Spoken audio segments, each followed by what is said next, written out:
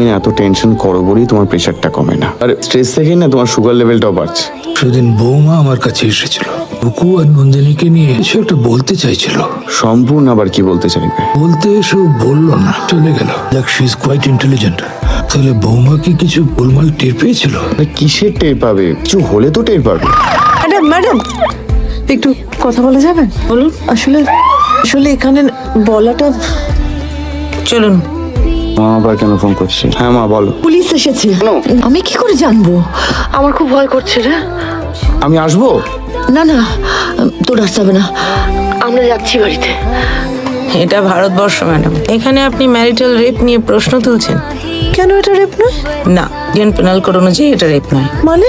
এদেশের আইন অনুযায়ী ম্যাডাম, একজন স্বামী তার স্ত্রীকে যতবার খুশি যেভাবে খুশি ভোগ করতে পারে, সেটা রেপ হয় না। এটা ক্রিমিনাল অফেন্সের আওতাতেও পড়ে না। মানে বিয়ে করেছে বলে তো যা ইচ্ছে তাই করতে পারে না?